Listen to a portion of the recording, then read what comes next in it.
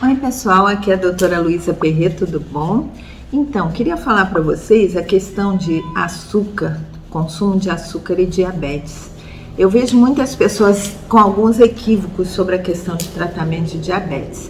Primeira questão, tratar diabetes não é só parar de comer açúcar, é também parar de comer açúcar. Existe um grande equívoco de que as pessoas acham que só tomando os remédios está tudo resolvido. O remédio vai fazer baixar o açúcar e aí é só, inclusive, se ela for numa festinha comer mais açúcar, é só tomar às vezes mais um comprimidinho do remédio, que aquilo ali vai fazer baixar. Então é muito importante que vocês tenham o entendimento seguinte: qualquer remédio para diabetes, a pessoa pode usar um tipo, 2 tipos, 3 tipos, 4 tipos. Pode usar insulina, que em geral lá para as tantas vai precisar usar, vai progredir para isso se chegar no 3º, no 4º tipo de remédio para tomar e não resolver. Nenhum desses, ou eles combinados, vão tratar mais do que a metade do problema. Se a pessoa não fizer uma correção alimentar, o problema do diabetes, que é o dano circulatório e neurológico que ele provoca, vai continuar acontecendo. E cuidar da alimentação com diabetes não é só parar de comer açúcar, é parar de comer as fontes de glicose, que muitas vezes são salgadas, não são doces. Então, quais são as fontes de glicose alimentares que a gente tem? A batata, todos os tipos de raízes ricas em amido, batata tanto inglesa como doce, aipim, inhame, arroz, seja integral, seja branco, qualquer tipo de farinha, qualquer tipo de cereal, mesmo os mais saudáveis. Então, aveia também forma glicose, tapioca no lugar do pão é um amido também, vai formar glicose. Até as frutas que formam frutose mexem no metabolismo da glicose também. Então, deve-se tomar cuidado com qualquer tipo de farinha. Deve-se tomar cuidado com aqueles doces que falam assim: esse aqui não tem açúcar, não tem farinha de trigo, é feito com aveia e com frutas secas. Mas às vezes são doces altamente calóricos, doces diet, mas que tem farinha, tem muita caloria e tem formação de glicose ali. Salgados à base de farinha, macarrão, todo tipo de massa, vai formar glicose em grande quantidade. Bebida alcoólica, principalmente as feitas com cereais tipo cevada, cerveja, o vinho vai mexer no metabolismo da glicose. Mesmo o álcool puro das bebidas mais destiladas mexe muito na regulação da glicose pelo fígado.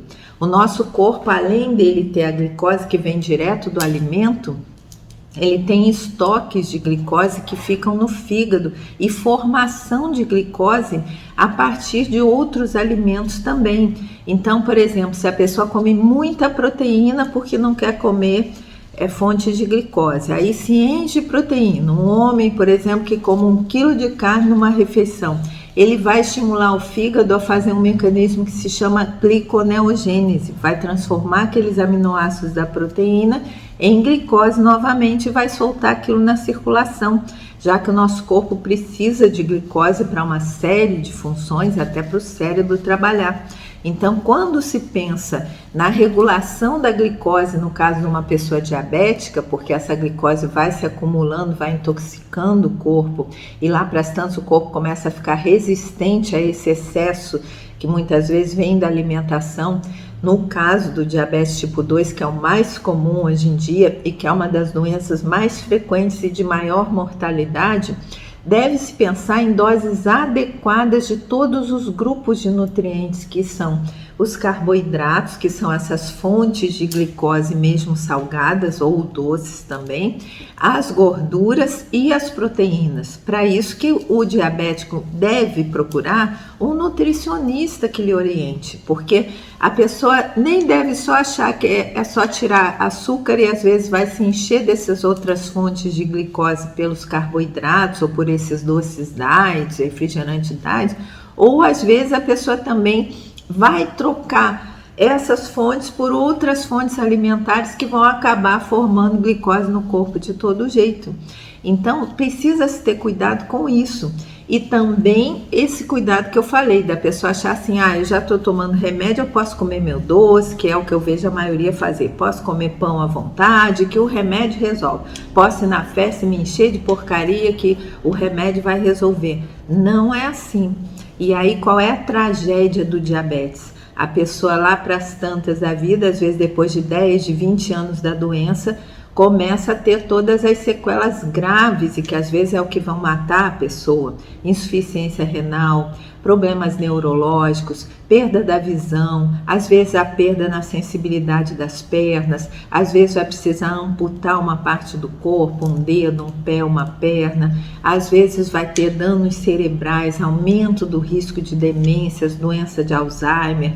O Alzheimer tem muito a ver com uma reação de glicação no cérebro, que a gente chama, que são reações ligadas a esses efeitos tóxicos de uma glicose que está mal regulada, aumento no índice de infartos e derrames, aumento muito grande no índice de câncer. Então, por isso que o diabetes muitas vezes vai matar a pessoa, não é da glicose que está alta naquele momento e a pessoa foi parar no hospital.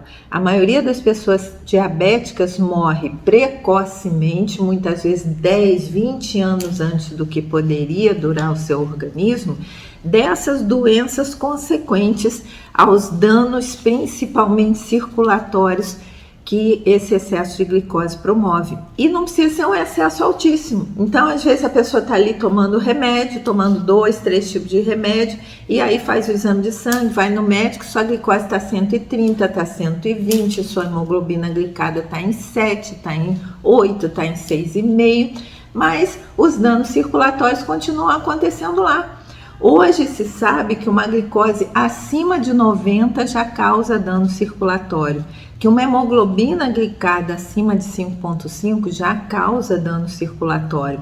E os dados considerados classificáveis para diabetes é uma glicose acima de 125, persistente em mais de 2 ou 3 exames, e uma hemoglobina glicada acima de 6,5. Aí você já diagnostica como diabetes. Mas se a pessoa fica ali naquela glicada, às vezes de 5,7, 5,8, numa glicose que está beirando os 100, muitas vezes, ela já vai ter os danos, muitas vezes vai ter neuropatias, problemas de sensibilidade dos nervos, formigamentos, alterações nas pernas, nos pés, nos olhos, já vai ter danos cardíacos, mesmo sem ser classificado como diabetes. Quando já é, mais ainda, porque muitas vezes vai no médico, o médico olha aquela glicose de 120, 110, uma glicada que para o diabético é considerado, classificado como normal até 7, e a pessoa tomando ali vários remédios e acha que está tudo bem e não está.